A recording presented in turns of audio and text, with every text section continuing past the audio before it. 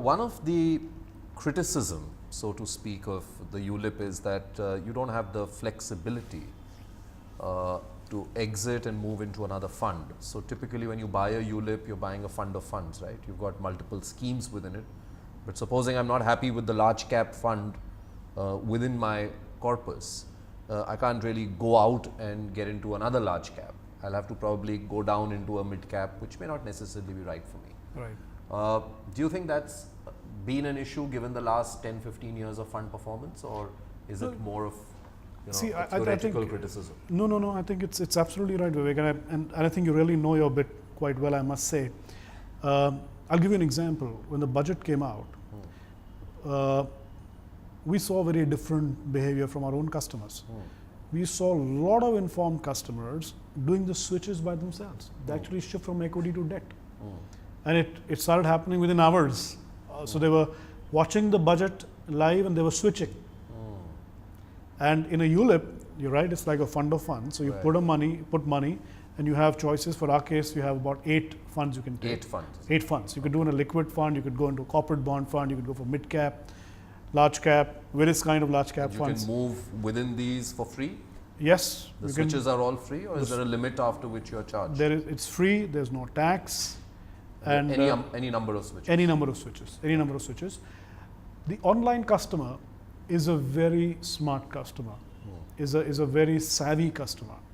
And I think the equity cult is really helped, and they are taking these calls themselves. And they will be doing this more and more, I feel. Let's talk a little about the transparency piece, because that was the other criticism, that you don't know what you're getting into. Charges, there are at multiple levels, which you've already clarified, that there are only 2 charges.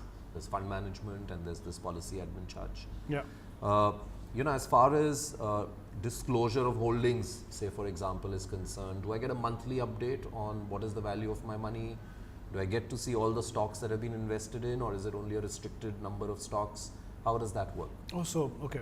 This is a good point, Vivek, and I know you've been a